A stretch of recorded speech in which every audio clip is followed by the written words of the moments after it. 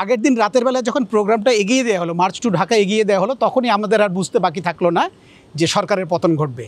এর আগে 19 তারিখে রাতেই আমাকে পুলিশ থেকে বলা হলো যে যেভাবে আন্দোলন চলছে তাতে পুলিশ তারা নিয়ন্ত্রণ করতে পারবে না, আলটিমেটলি সরকার ফল করবে।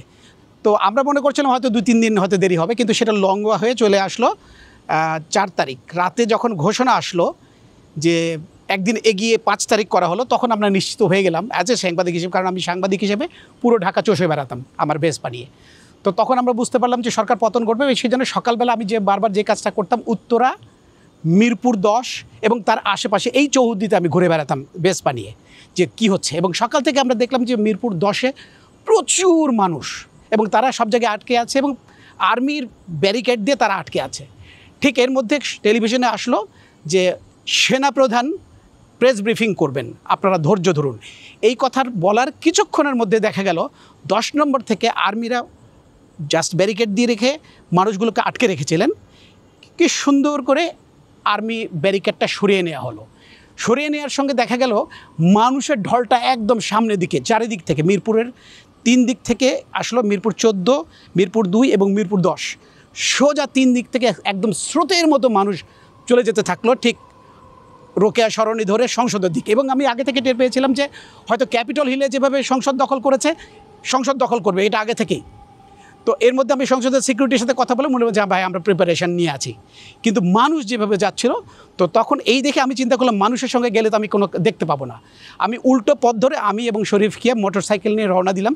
রওনা দেওয়ার পরে ঠিক সরোয়ারদির সামনে আসতে আসতেই দেখা গেল একজন বিহারি বেশ বড় আকৃতির একটা রুই মাছ আর একটা ডাটা নিয়ে সে এইভাবে সেলিব্রেট করতে করতে বেরোচ্ছে এবং সবাই তাকে তালি দিচ্ছে, এবং রাস্তায় মানুষজন তালি দেয়, পলাইছে রে পলাইছে, পলাইছে রে পলাইছে, এইভাবে কথাগুলো বলছিল। আমরা তখনও নিশ্চিত হই নাই যে প্রধানমন্ত্রী পালিয়ে গেছেন বা দেশ ছেড়ে চলে গেছেন। যেইমাত্র গণভবনের সামনে এসেছি তখন দেখছি যে আর্মির পিজিআরের যে সোলজাররা তারা বেরিয়ে আসছেন। আমি এবং খিয়াম ইমিডিয়েটলি মোটরসাইকেলটা থামিয়ে গণভবনের সামনে মোটরসাইকেলটা রেখে ঢুকে পড়লাম। আমি ধরে নিয়েছি যে আমার মাথায় এটা ছিল না যে গণভবনে বাইকটা নিয়ে গেলে আমার বাইকটা সেভ হবে। আমি আইন মেনে একজন ল অ্যাবাইডিং সিটিজেন হিসেবে মোটরসাইকেলটা রেখে ভিতরে ঢুকলাম। ঢুকতেই দেখছি জাস্ট আমরা যাওয়ার সঙ্গে সঙ্গে গেটটা খুলে গেল, মেন গেটটা খুলে গেল। খুলে যাওয়ার সঙ্গে সঙ্গে আমরা যখন প্রথম যে 100 জন মানুষ গণভবনে প্রবেশ করেছে, আমি তার মধ্যে একজন, আমি এবং শরীফ কিয়াম। এবং তখনও কোনো সাংবাদিক, মেন স্ট্রিম সাংবাদিকরা তখন ঢুকতে পারে নাই। মানুষজন ঢুকছে এবং চিৎকার করতে করতে পলাইছে রে পলাইছে, এই ছিল হচ্ছে ল্যাঙ্গুয়েজ। তারপরে দেখা গেল মানুষের হাতে লাঠি সোটা নিয়ে, ওইখানে বিটিভির একটা মোবাইল স্টুডিও ছিল, একটা স্যাটেলাইট স্টেশন ছিল, সেটাকে ভেঙে চুরে শেষ করলো। তারপরে গাড়ি ছিল, গাড়িগুলোকে ভেঙে চুরে শেষ করলো। এরপরে দেখা যাচ্ছে যে পেঁপে গাছ, ঢ্যাঁড়স গাছ সবগুলোকে তুলে যে যা পারছে নিচ্ছে। এবং তারপরে শুরু হলো ভেতর থেকে মালপত্র বের করা। মানুষ সমানে ঢুকছে, চারিদিক থেকে মানুষ ঢুকছে। কেউ গিয়ে মাঠের মধ্যে শুয়ে পড়েছে, কেউ কুকুর টেনে নিয়ে চলে আসছে, কেউ কবুতরের বাচ্চা নিয়ে চলে এসেছে, কেউ টেলিফোনের ছেঁড়া তার, যে যা পাচ্ছে পেঁপে এভাবে দেখাচ্ছে গাছ থেকে নিয়ে, সবাই সেলিব্রেট করছে। এবং মানুষের মধ্যে তো যে রোখটা আমি দেখেছি, মারছে মানে কি, একটা গাড়ি ভেঙে চুরমার করে ফেলেছে, তারপরেও যেভাবে পেটাচ্ছে মনে হচ্ছে যে ওটাকে একটা কাঠ দিয়ে লোহাকে সমান করে দিল। মানুষজন কিছুক্ষণ পরে মানুষজন ওখানে নামাজ পড়তে বসলেন, একটা লম্বা সারি হয়ে আসরের নামাজ। এবং আমি ওইখান থেকে পিটিসি দিচ্ছি, মানুষের সঙ্গে কথা বলছি, মানুষ তারপর অভিব্যক্তি প্রকাশ করছে। তবে সব জায়গায় দেখে একটা জিনিস, বাই দিস টাইম ভিতরে গণভবনের বেডরুম থেকে শুরু করে সব কিছু মানুষের সয়লাভ, মালপত্র বের করে ফেলে দিচ্ছে, কেউ নিয়ে চলে যাচ্ছে, কেউ আর্মির টুপি, কেউ আর্মির প্যান্ট, কেউ আর্মির জুতা বুট, যা যা পাচ্ছে সব নিয়ে মানুষ চলে যাচ্ছে। এবং মানুষ চারিদিক থেকে মানুষ গণভবনে ঢুকছে। এবং সবচেয়ে মজার বিষয় হচ্ছে যে একসময় দেখা গেল গ্যাসের গন্ধ, গ্যাসের কানেকশান খুলে নিয়ে চলে গেছে, গ্যাস চারিদিকে ছড়িয়ে পড়েছে। কেউ কেউ বলছে, সবাই বোঝানোর চেষ্টা করছে ভাই আপনারা সরে যান, আগুন লাগবে, কিন্তু কেউ কারো কথা শুনছে না। এক পর্যায়ে ঢুকে গেল হচ্ছে বিহারি ক্যাম্পের ওই দিক থেকে কিছু ভাঙারির লোকজন, তারা এসে যেটা শুরু করলো, তারা জানালা ভাঙা শুরু করলো, জানালা গ্রিল যা কিছু আছে সব ভেঙে নিয়ে চলে যাচ্ছে। আমি ওইখানে 2.5 ঘন্টা ছিলাম, গণভবনের ওখানে 2.5 ঘন্টা ছিলাম, মানুষজনের সঙ্গে কথা বলছিলাম, সাংবাদিক হিসেবে আমি আমার পেশাগত দায়িত্ব পালন করছিলাম। যখন বের হব তখন দেখা গেল যে গণভবনের যে মূল ফটক, যেদিক দিয়ে আমি ঢুকেছিলাম তখন হাতে গোনা কিছু মানুষ ছিল, ফটকে আর মানুষ যায় না। যেতে পারে না। কেন? খাট থেকে শুরু করে যা কিছু আছে সব নিয়ে চলে যাচ্ছে, এবং এত বেশি পরিমাণ ভলিউম যে গেট দিয়ে আর যায় না, মালগুলো আর যায় না। তখন কি করা যায়? আমরা আটকে আছি। আটকে থাকার পর, কারণ গণভবনে আমি বহুবার গেছি, সো আমি জানতাম যে কোন দিক দিয়ে পাশ দিয়ে যেতে হয়।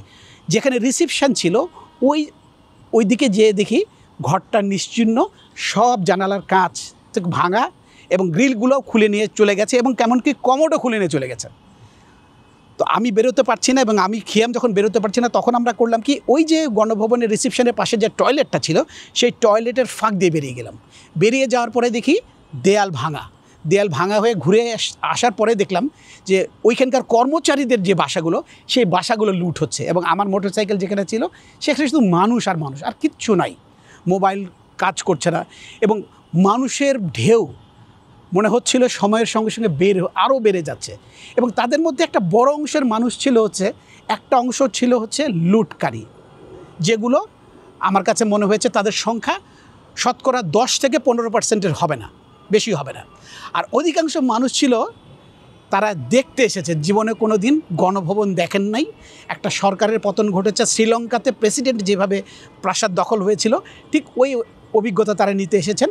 আর কিছু কিছু মানুষ এসেছে হয়তো একটা পেপে নিয়ে গেছেন, তাদের হচ্ছে ইমব্লেম, তারা গিয়ে দেখাবেন যে আমি গণভবন থেকে এটি এনেছি। এবং ওইখানে আবার কিছু কিছু রেশনাল মানুষও দেখেছি, তারা বলছে ভাই এটা ভাঙার কী আছে, এটা তো আমাদের জাতীয় সম্পদ, সেটা কি শেখ হাসিনার নিজস্ব সম্পত্তি, তার বাবার সম্পত্তি, এটা সম্পত্তি, আপনারা কী করছেন? কে কার কথা শোনে? লুট চলল, এবং লুট চলতে যতক্ষণ ছিলাম আমি, এরপরে সংসদ ভবনের দিকে গেলাম, সেখানে দেখি আর এক ধরনের লুটতরাজ। পাশে তো সংসদ ভবনের কোয়ার্টার, সেখানে আর এক ধরনের লুটপাট, এবং ছাত্ররা চেষ্টা করছিল যারা লুটের সামগ্রীগুলো সেগুলো এক জায়গায় স্তূপ করে রাখা, এবং মানুষজনের যে আহাজারি, ওইখানে সংসদের কর্মচারীরা ছিলেন, এবং সংসদের কর্মচারীদের বাসার প্রত্যেকটা পানির কল পর্যন্ত খুলে নিয়ে চলে গেছে। অনেকেই আমার পরিচিত, তারা গিয়ে বললেন যে ভাই কী হলো, এবং কেউ গিয়ে বলছেন, কর্মচারীদের রুমে গিয়ে বলছেন এই হাসিনা কোথায় থাকে, হাসিনা কোন জায়গায় থাকে দেখায় দাও, কারণ বাসাগুলো সব একই রকম। কারণ এই মানুষগুলো কখনো এই অঞ্চলে ঢোকে নাই। বাই দিস টাইম একদম ডিভাস্টেটেড। আমি রাত্রি 10:30টার সময় ওই কম্পাউন্ড থেকে বেরিয়েছি, আমার কাছে মনে হয়েছে একটা ভিন্ন জগৎ। এটা আমি বাসায় আসা পর্যন্ত, কয়েকদিন পর্যন্ত আমার বুঝতে এবং বিশ্বাস করতে কষ্ট হয়েছে যে ঘটনাগুলো দেখেছি এগুলো সত্য। আমি এখনও মাঝে মাঝে, 1 বছর হলো, এখনও আমার মাথা ঠিক আমার দৃষ্টিতে খুব ভিভিডলি আমার এগুলো মনে পড়ে। আর কষ্ট লাগে একটা জায়গায়, যে সিরিয়াতে সরকার পতন হয়েছে, লুটতরাজ হয় নাই, প্রাসাদটা সেভাবে ছিল, গণভবনটা যেভাবে লুটতরাজ হয়েছে, এটা আমাদের ঠিক হয়নি। আমাদের বোঝা উচিত এটা আমাদেরই সম্পদ। তো যাই হোক, এই ছিল আমার কথা।